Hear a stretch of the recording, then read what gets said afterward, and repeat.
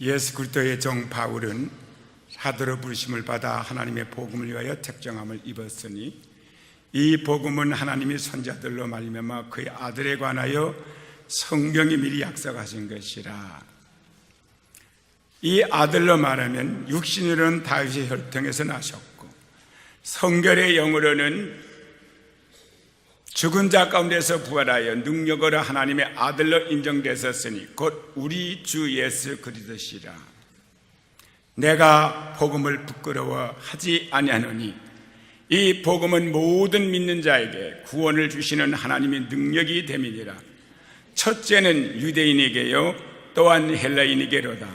복음에는 하나님의 의가 나타나서 믿음으로 믿음에 이르게 하나니 기록된 바 오직 의인은 믿음으로 말미암아 살리라 한가 같으니라. 아멘.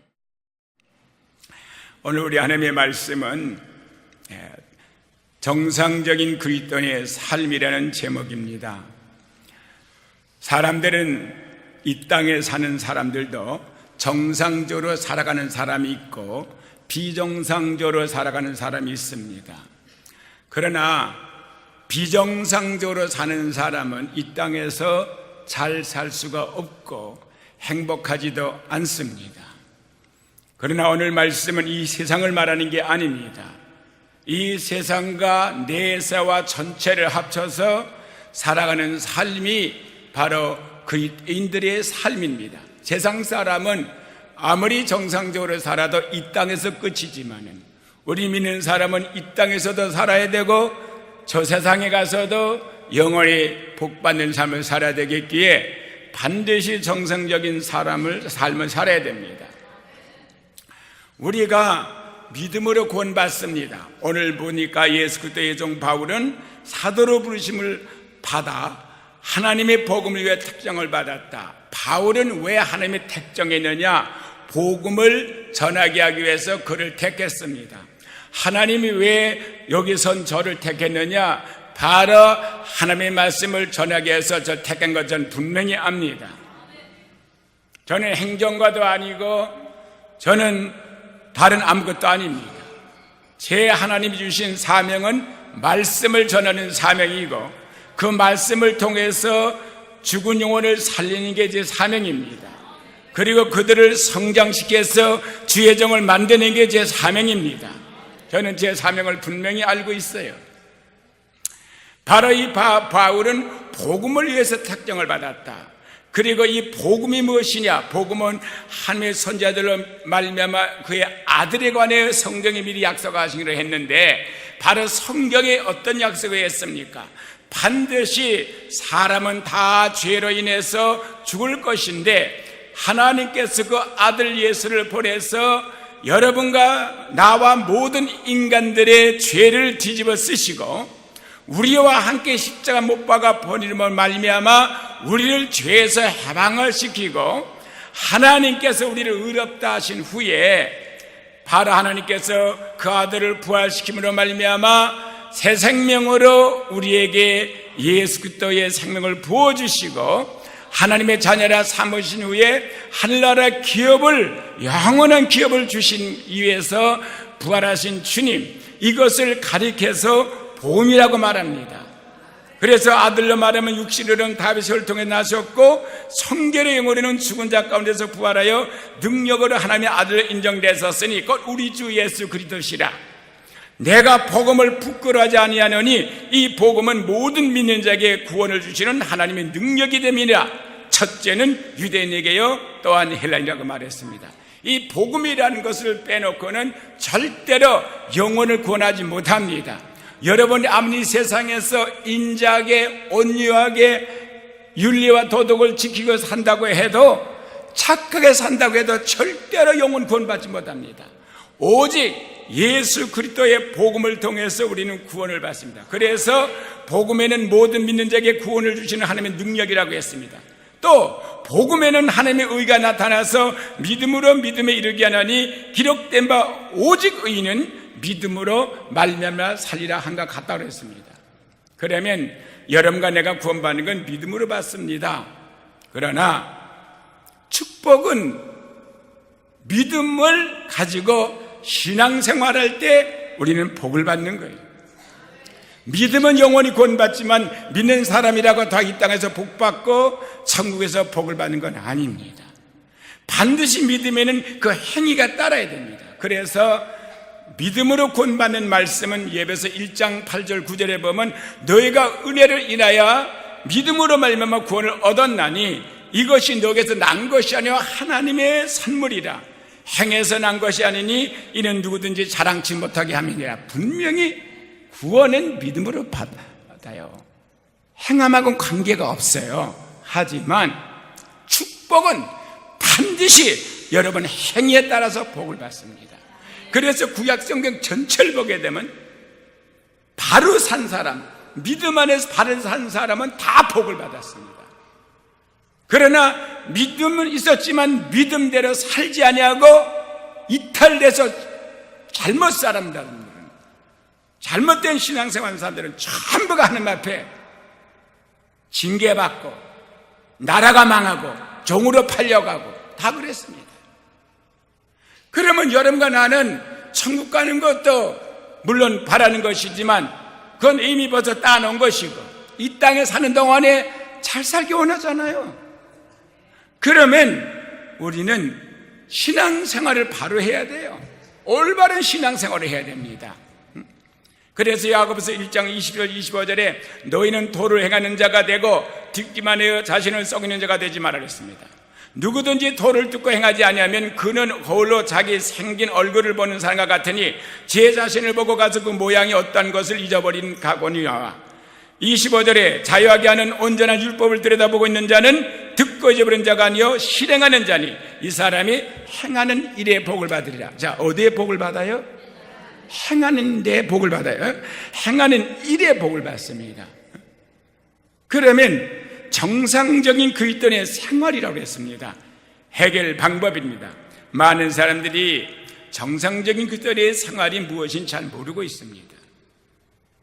그런 삶을 살고 싶지만 어떻게 해야 할지를 모릅니다. 전도도 해보고 또 봉사도 열심히 해보고 헌금도 많이 하고 기도도 열심히 하고 설교도 하며 듣기도 하지만 왠지 답답해요. 왜 답답합니까? 예수 믿는 사람이. 우주 만물을 지으신 하나님이 내 아버지시고 우주의 가장 부자가 내 보호자고 공급자이신데 내가 왜 답답하냐고요. 사업하다가 자금 때문에 답답하고 건강 때문에 답답하고 앞이 가로막혀 답답하고 왜 그렇습니까?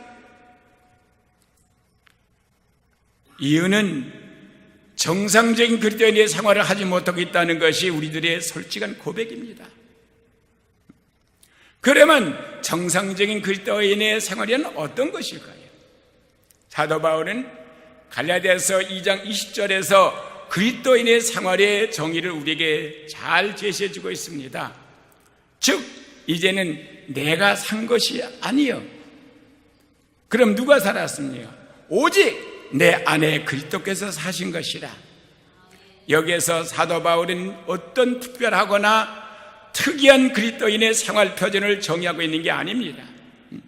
하나님께서는 우리를 다루시는 모든 일에 있어서 우리를 제거해버리시고 그 자리에 그리스도를 대체하신 걸 아셔야 돼요. 이제는 내가 산 것이 아니라 그러지 않습니까? 이제가 언제입니까? 예수님을 내 주와 그리스도로 영접한 날짜부터 이제는 내가 산 게 아니라는 거예요. 그럼 누가 살아있습니까? 내 안에 그리스도가 살아있다는 거예요. 그래서 이제는 내가 육체 가운데 거하고 있지만은 내가 육체대로 사는 게 아니라 나를 위해서 십자가 못 박아 죽었다가 부활하신 예수 그리스도가 내 안에 계심을 믿으며 살아간다. 그러면 예수가 내 안에 살아있다는 걸 믿고 산다는 게 뭡니까? 매 순간 매 시간 예수를 의식해야 됩니다. 말할 때나 말을 들을 때나 내가 사람을 만날 때나 무엇을 하든지 표정을 째나 언제나 예수를 의식해야 됩니다. 나를 의식하는 게 아니고 다른 사람을 의식하기 전에 우리는 예수를 의식해야 돼요. 그분은 바로 내 안에 주님으로 오셨습니다. 그게 바로 그리스도인의 정상적인 삶의 전부예요. 하나님께서는 우리를 다루시는 모든 일에 있어서 우리를 제거해버리고 그 자리에 그리스도를 대체합니다. 하나님의 아드님은 여러분과 나의 죄사함을 위해서 우리 대신 죽으셨습니다. 또 하나님의 아드님은 우리의 죄로부터 해방을 위해서 우리 대신 우리 안에 살아계십니다. 여기서 우리는 두 대석을 말할 수 있는데, 즉 우리의 죄사함을 확보해 주시는 십자가의 대상의 속죄와 우리의 승리를 확보해 주는 내주의 대속자입니다. 즉 예수께서 한 사역이 십자가 위에서 한 사역하고 지금 여러분과 내 안에 들어오셔서 지금도 사역을 하고 계세요. 그러면 예수님께서 십자가에서 무슨 사역을 하셨습니까? 바로 우리를 같이 포함해서 십자가에서 못 박아 죽으심으로, 그리고 우리를 죽임으로 말미암아 우리 옛사람을 다 정리해버린 거예요. 그래서 우리는 더 이상 죄인이 아닙니다. 죄인은 예수와 함께 십자가 못 박아 죽었어요. 하나님께서는 우리의 모든 질문을 그의 아드님에게 관해서 더 알도록 하심으로 우리에게 대답을 해 주십니다. 예수가 죽었다는 것은 여러분과 내가 죽었다는 말이에요. 예수만 죽은 게 아닙니다. 나도 십자가 못 박은 사실을 깨달아야 됩니다. 그러기 전에는 절대로 우리는 정상적인 그리스도인의 삶을 살지 못합니다. 이제 정상적인 그리스도인의 생활의 출발점으로 로마서 1장부터 8장에 나타나 있는 그 생활의 대주석을 들어서 우리의 주제를 실제적이고 경험적인 관점에서 접근해 보겠습니다. 먼저 로마서에서 이 두 부분을 두 부문으로 분류해서 이 두 부문 주제 간의 몇몇 현전 차이를 주목해 보겠는데, 로마서 1장부터 8장은 그 자체가 한 문장과 단락을 완전히 만들었어요. 그게 뭐냐? 그런데 1장 1절부터 5장 11절까지 4장 반은 이 단원의 전반부입니다. 이 전반부는 뭘 다루고 있느냐? 전반부는 바로 여러분과 나의 매일같이 지는 죄 문제, 이 죄 문제를 다루고 있는 거예요. 범죄입니다. 후반부 로마서 6장 8장부터 8장까지는 전반부 로마서 1장과 5장하고 다릅니다. 예를 들어서 보면 전반부의 논의에서는 범죄, 그러니까 sins, 범죄는 뭐냐면 내가 죄를 진 걸 말합니다. 밖으로 드러난 걸 말하는 거예요. 즉 죄 복수형이 현저하게 나타나 있는 데 반해서 그 후반부에는 이것이 바꾸어져서 죄 복수형, 범죄, 즉 sins, 바로 범죄에 대해서는 한 번도 나타나지 않고 오히려 단수형, 죄, sin, 이거로 대치되어 버렸어요. 그러면 로마서 1장부터 5장까지는 범죄, 죄를 졌다. 그러고 그 다음에 예수의 피, 예수의 보혈이 나옵니다. 그러면 죄를 진 거는 피로 씻겨져요. 근데 문제는 죄를 졌는데 씻김을 받았어요. 근데 또 죄를 져요. 문제가 큽니다. 왜? 죄가 우리 안에 있기 때문이에요. 아무리 용서를 받아도 이 죄가 있기 때문에 자꾸 죄가 범죄케 합니다. 그래서 후반부에는 이것이 바꿔져서 죄 복수형 범죄, 그러니까 이것이 거의 한 번도 나타나지 않고 오히려 단수형죄, 이게 사용되었어요.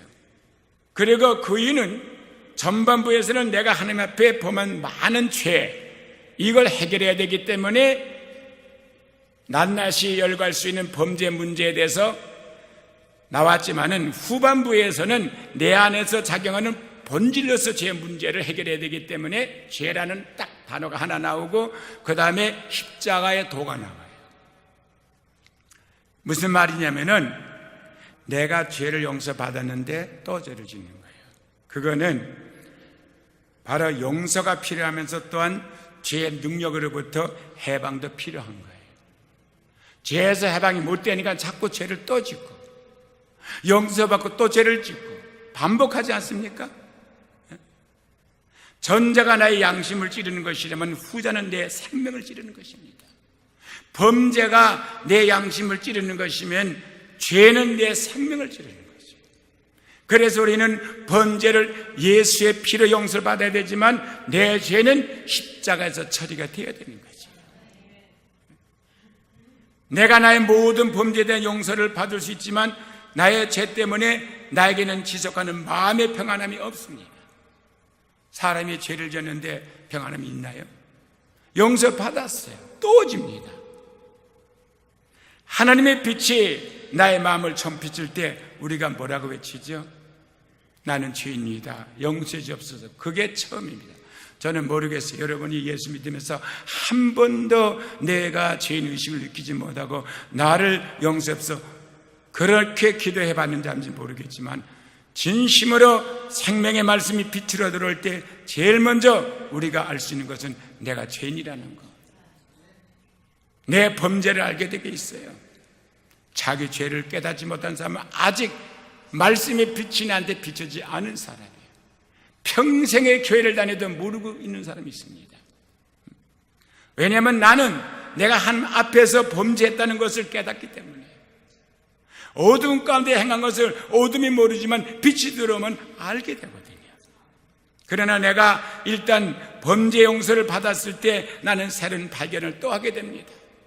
즉 죄의 발견인 것입니다. 범죄는 내가 행했으니까 알고 있지만 죄가 내 안에 있는 걸 몰랐습니다. 죄는 밖에 있는 게 아닙니다. 여러분과 내 안에 있어요. 그래서 나는 하나님 앞에서 범죄했다는 것뿐만 아니라 내 안에 잘못된 그 무엇이 있음을 깨닫게 되는 겁니다. 나는 나에게 죄의 근성이 있는 걸 발견하게 되는 거예요. 그 죄의 근성 때문에 또다시 반복하고 또다시 죄를 짓는 겁니다. 죄의 내적 향성, 내 안에는 죄를 이끄는 힘이 있다는 것을 발견한 겁니다. 그 힘이 발동할 때 나는 범죄하는 것입니다. 그 힘이 발동할 때 여러분은 죄를 짓는 것입니다. 또 나는 용서를 구하고 용서를 받을 수 있습니다. 예수의 피가 씻겨줍니다. 그러나 또 범죄를 합니다. 또 죄를 범합니다. 그래서 삶은 죄를 범하고 용서를 받고 다시 범죄하고 있는 악순환 속에 지나갑니다. 나는 하나님께서 용서해 주시는 긍휼하신 사실을 감사합니다. 그러나 나는 그것보다 더 큰 것을 원해요. 바로 죄에서 해방을 원합니다. 하나님은 우리를 죄에서 해방시켜 주셨어요. 나는 나의 행위에 대한 용서가 필요합니다. 그러나 나는 나의 자체로부터 해방도 또한 필요한 거예요. 내가 내 자신에게서 해방을 받지 못하면 그 사람은 절대로 죄를 받죠. 누가 죄를 짓죠? 당신이 죄 짓는 거 아니잖아요. 내가 죄 짓는 거 아니에요. 그러면 내가 나로부터 해방이 돼야 돼요.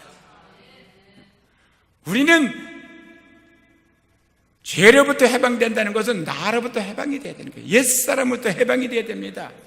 우리는 지금까지 로마서 1장부터 8장까지 두 부문으로 구분되어 있는 것을 보았어요.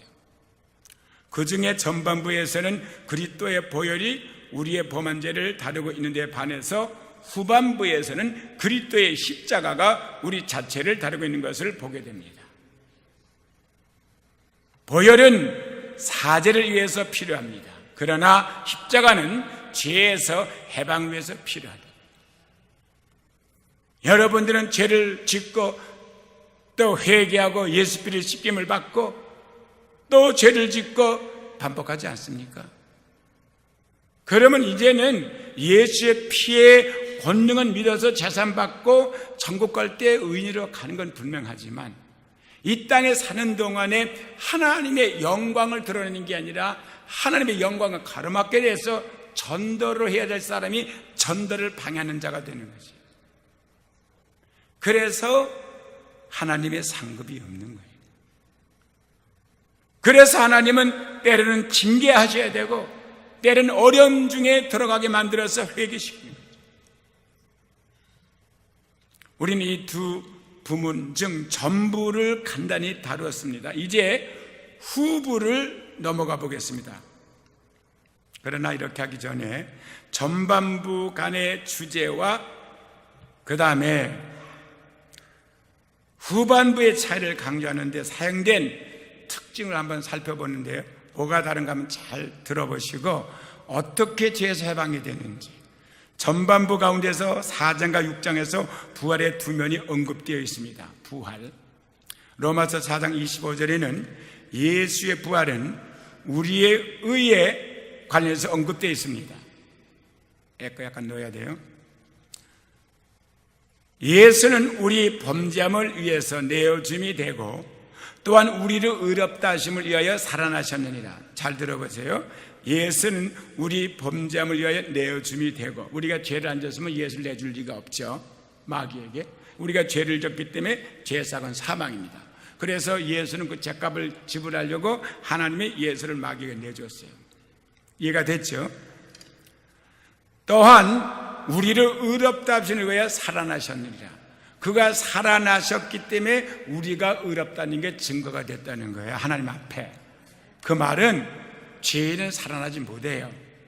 근데 예수는 죄값을 다 지불할 능력이 있어 지불했기 때문에 그는 살아났다. 그래서 우리 죄값을 지불하다는 증거가 된 거예요. 그래서 하나님 앞에서 의롭다함을 받게 됐습니다. 여기에서 논의된 문제는 우리의 하나님 앞에서의 입장인 것이에요. 하나님 앞에서의 입장. 그러면 하나님 우리 볼 때 너 죄인이다. 아니, 의인입니다. 왜? 내 공로, 내 행함 아닙니다. 예수님이 십자가 못 박아 죽어주신 그 공로로. 그러나 로마서 6장 4절에서 부활은 거룩한 생활을 하기 위해서 새 생명을 주는 것으로 언급되어 달라요. 하나님 앞에서 입장이 아니라 내 자신의 입장을 말해주고 있습니다. 같은 부활이라도. 잘 보세요. 6장 4절에서 부활은 잘 읽어드리겠습니다. 그리스도를 죽은 자 가운데서 살리신과 같이. 그러면 죽은 자가 살린 게 부활이죠. 또한 우리로 또한 새 생명 가운데서 행하게 하려 하십니다. 예수가 왜 부활했다고요? 우리로 하여금 옛사람같이 살지 않고 이제는 변화받아서 새 생명을 살게 하기 위해서 우리 주님이 부활하셨다는 거예요. 이해가 됐습니까? 무슨 말인지? 다르죠, 둘이. 로마서 4장의 말씀하고 6장 말씀은 다른 말씀이에요. 왜 그랬습니까? 그럼 화평이란 단어, 의롭다는 단어를 보셨고 이제 화평이라는 단어를 보겠습니다. 전 후반에 5장과 8장에서 두 번 언급되는데 로마서 5장은 그리스도의 피를 믿음으로 얻을 의의 결과인 하나님과의 화평을 말해주고 있습니다. 무슨 말이냐면은 5장에서 그리스도의 피를 믿음으로 예수의 피가 우리 죄를 다 씻겨주셔서 하나님께 의로워졌죠. 그러니까 하나님하고 화평해졌잖아요. 그러므로 우리가 믿음으로 의롭다 하심을 얻은 즉 우리 주 예수 그리스도로 말미암아 하나님을 더불어 화평을 누리자. 그렇죠? 이게 로마서 5장 1절이에요. 자, 이 말은 내가 죄의 용서를 받았으니까 하나님과 화평을 누릴 수 있게 됐다는 뜻이에요. 하나님께서 원수되었던 내가 그 아들의 죽으심을 맞아서 하나님과는 화목하게 된 거죠. 우리는 그 전에 원수였거든요. 그러나 문제가 생긴 거예요. 나는 곧 내가 나 자신의 문제의 큰 원인이 될 것을 발견하게 된 거예요. 내가 문제예요. 이제 하나님과 나아가는 이제 화평이 되는데 내가 스스로가 화평하지 못한 거예요. 무슨 말인지 좀 더 들으시면 이해가 될 거예요. 그리고 오늘은 여러분들이 생활에 대한 메시지지 설교가 아니에요. 왜냐하면 내 안에 두 인격이 공존하고 있기 때문에 옛사람과 거듭난 새사람, 그리고 육의 사람, 영의 사람, 그래서 내 안에는 불안이 있는 거예요. 내 한 사람 속에 둘이 들어가 있어요. 옛사람은 부모로부터 받은 피의 생명, 아담의 후손이 내 안에 살아있고, 그 다음에 물과 성령으로 거듭난 예수의 생명을 받은 새 생명이 이 안에 있다. 새 생명은 영 속에 있고 옛사람은 육체 속에 있습니다. 이 둘이 싸우는 거예요. 그러니까 화평하지 못하는 거죠. 맨날 불안한 거죠. 하나님 뜻대로 살고 싶은 건 내 속사람인데 내 겉사람은 세상 뜻대로 살고 싶어 하니까 이게 둘이 공존을 못하는 거예요. 내 안에는 나를 죄로 이끄는 것이 있기 때문입니다. 하나님과는 화평이 되었지만 나 자신과는 화평이 없는 것입니다. 사실상 나 자신의 마음 가운데서는 내란이 일어나고 있는 것입니다. 밖에가 문제가 아니에요. 내 안에가 문제지. 이 내란의 상태는 로마서 7장에 잘 묘사되어 있어요. 그 7장을 보면 내 안에서 육과 영의 치명적인 투쟁을 하고 있는 것을 보게 됩니다. 그러나 이로부터 논의는 8장에 있는 성령 안에서 내적 평안의 생활로 인도함을 받죠. 내 속사람은 하나님의 법을 따라가길 원하는데 내 지체 속에 다른 법이 있어서 나를 죄의 길로 끌어간다 그랬어요. 오라, 나는 공고한 사람이라. 내 이 사망의 몸에서 누가 나를 건져주랴. 이 몸은 결국 죽을 것인데 이 몸이 우리를 주관하는 거예요. 듣는 대로 보는 대로 느끼는 대로 주관을 하는 거예요. 하늘 뭔데 살지 못하게 세상으로 끌고 가는 거예요. 그러니까 이 사망의 몸에서 누가 날 건져내겠느냐. 내 속사람으로는 하나님의 법을, 내 겉사람으로는 죄법을 섬기는도다. 그 다음에 로마서 8장에 넘어가면서 누구든지 그리스도 예수 안에 있는 자는 결코 정죄함에 없나니 성령의 생명의 법이 죄와 사망에서 너희를 해방하였습니다. 사람이 육신으로 말미암아 할 수 없는 것을 하나님은 하시나니 이렇게 나왔습니다. 해결이 거기부터 나오기 시작하는 거예요. 사실 나 자신의 마음 가운데는 항상 내란이 있죠. 이 내란의 상태는 조금 전에 말한 것 같이 7장에서 읽어보면 나옵니다. 그러나 8장에서 해결이 돼요. 육신의 생각은 사망이요. 잘 들으셔야 돼요. 왜냐하면 이것은 하나님과 원수가 되기 때문에 육신의 생각은 하나님 원수라는 거 아셔야 돼요, 여러분이. 그러니까 육신의 생각하면 안 돼요. 그러나 영의 생각은 생명과 평안이라 그랬어요. 영은 하나님과 내 생각이 일치돼야 불화가 없어지죠. 내 안에 둘이 들어가 있는 거예요. 하나님 생각하고 마귀 생각, 세상 생각. 그러면 여러분과 나는 무슨 생각을 해야 되겠어요? 오늘 대표기도 하신 분이 주시옵소서 기도하더라고요. 예. 근데요, 우리가요, 주시옵소서는 좋은데 분별해야 돼요. 하나님의 달랠 게 있고 내가 할 게 있는 거예요. 하나가 되라는 거는 하나님이 우리 보고 하라 그랬지 하나님이 하나 되게 한다고 그러지 않았습니다. 무슨 말인지 아셨어요?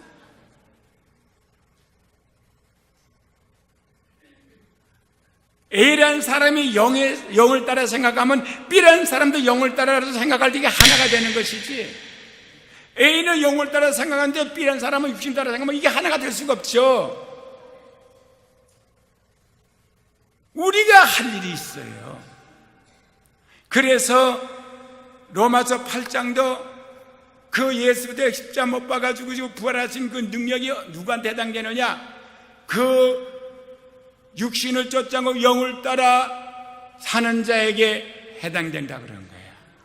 그러고 나서 육신을 쫓는 자는 육신의 일을, 영을 쫓는 자는 영의 일을 생각하나니 육신의 생각은 사망이요 영의 생각은 생명과 평안이라고 그런 거예요. 그리고 육신을 생각하는 자는 하나님을 기쁘시게 할 수 없다고 그랬어요. 반면에 후반부에는 성결의 문제를 그 주 화제로 삼고 있는 것입니다. 로마서 6장 19절 20절 보면 믿음을 인한 의의 법에는 진리를 알 때 우리는 여전히 복음의 진리의 절반밖에 모르는 거예요. 의로워지는 건 하나님이 일방적으로 의롭게 하신 것이지 이제부터 내가 의로운 사람같이 살아야 돼요. 거기에서는 의로운 문제가 아니라 성결의 문제가 해결됩니다. 많은 사람이 이것을 생각 안 해요. 믿음으로 의로워졌다, 의로워졌다, 이것만 생각하고 있죠. 우리는 지금까지 겨우 하나님 앞에서 우리 위치 문제만을 해결된 거예요. 위치, 하나님을 만날 수 있는 위치, 하나님의 자녀되는 위치, 예수의 피로, 보혈로 계속해 나가보면 하나님께서는 우리에게 제공하실 것이 더 있는데 그건 우리의 행동 문제의 해결 문제입니다. 내 행동이 하나님 뜻대로 되질 않는 거예요. 하나님 말씀대로 안 사는 거예요. 오늘도 대표기도 그랬잖아요. 우리 하나님 뜻대로 못 살았다고 뜻되게 살게 해달라고. 아니요, 하나님은 살게 안 해줘요. 우리가 해야 되는 거예요. 하나님은 그건 명령 주셔서 하라고 그랬어요. 그래서 우리가 맨날 그렇게 사는 거예요. 내가 할 일을 하나님께 자꾸 하라고 그러니까. 객관적으로 보혈은 우리의 범죄를 다루고 있는 것입니다. 예수님은 친히 십자가에 달려 우리의 대속자로서 우리 범죄를 담당하심으로 우리를 위하여 사죄와 의와 화목을 확보해 주셨어요. 그러나 우리가 어떻게 하나님께서 우리 안에 있는 죄의 본질을 다루시는가를 이해하기 위해서 이제 하나님의 계획 가운데서 한 발씩 더 나가야 돼요. 진죄를 보혈로 다루지만 죄를 유발시키는 죄의 근성은 보혈이 하는 게 아니에요. 보혈은 나의 범죄를 씻어줄 수 있지만은 나의 옛사람을 씻어줄 수는 없습니다. 이거는 나를 십자가에 못 박을 그리스도의 십자가가 필요한 거예요. 그래서 바울이 나는 날마다 죽노라고 그런 거예요. 예수님이 자기 십자가를 지고 날 따르지 않으면 내 제자가 되지 못한다고 한 것입니다. 예수는 단번에 십자가를 지고 우리를 못 박았지만 우리는 여전히 살았기 때문에 날마다 예수 십자가를 기억하면서 자기 십자가를 지어야 되는 거예요. 보혈은 범죄를 다루고 있는 데 반해서 십자가는 죄인 자체를 다루고 있는 겁니다. 그래서 우리는 매일같이 그 십자가에 내가 못 박힌 것을 믿음에 살아야 돼요. 로마서 1장부터 4장까지는 죄인이란 말이 거의 다 나오지 않습니다. 왜냐하면 거기서 주로 논의되는 것은 죄인 자체가 아니라 죄인이 범한 범죄이기 때문에 그래서 피가 나오고 범죄가 나오는 거예요. 죄인이라는 말이 5장에 와서야 비로소 처음 출현하는데 5장에서 어떻게 죄인이 소개되고 있는가 하는 것을 주목하는 건 아주 중요합니다. 로마서 5장에서는 죄인이 된 것은 그가 죄인으로 출생했기 때문이라고 그렇게 말해요. 내가 죄를 졌기 때문에 죄인 되는 게 아니라 나는 죄를 졌든 안 졌든 출생할 때 죄인으로 태어난다는 거예요. 그래서 죄를 졌기 때문에 죄인 된다는 거하고 내가 죄인으로 태어났기 때문에 죄를 짓는 건 완전히 다른 거예요. 그래서 바로 우리는 출생이 문제입니다. 하나님의 말씀이 가르치는 것은 우리가 범죄했기 때문에 죄인이 아니라 우리가 죄인이기 때문에 죄를 범한다는 사실이에요. 우리가 죄인이 된 것은 행동에 의해서 보다는 오히려 본질에 의한 것입니다. 이게 무슨 말이냐면 로마서 5장 19절에 그 사실을 설명해 주는데 한 사람의 순종치 아니함으로 누가? 아담이. 많은 사람이 죄인 된 거지. 누가? 우리 모두가. 어떻게 우리는 죄인이 됐습니까? 아담의 불순종으로 인한 것입니다. 우리가 행한 바에 의해서 우리가 죄인 된 게 아니라 아담이 행한 범죄 때문에 모든 사람이 죄인 된 것이에요. 그래서 다윗은 내가 잉태될 때 어머니 속에 잉태될 때 죄 가운데 잉태됐고 내가 세상에 태어날 때 죄 가운데 태어났다는 거예요. 그래서 내가 이렇게 죄를 짓는다는 거예요. 그러면 문제가 어디 있습니까? 출생이 문제죠. 그러면 출생을 바꿔야죠. 죄는 죽여버려야 되죠. 새롭게 태어나야 되죠. 죄 없는 의인으로 태어나야 되죠. 그래서 그 아들을 믿는 자, 그 영접하는 자, 곧 그 이름을 믿는 자는 하나님의 자녀가 되는 권세를 주었으니 이는 혈통으로 나지 않고 육적으로 나지 않고 오직 하나님께로 난 자라 그런 거예요. 여러분이 옛 생명 가지고 절대로 천국에 못 가요. 그 생명이 없어져야 되는 거예요. 그게 안 없어져서 오늘 예수 믿는 사람이 그렇게 힘든 거예요. 예수 믿는 신앙생활 하기가. 오늘 그리스도인의 생활에 대해서 말씀을 드렸습니다.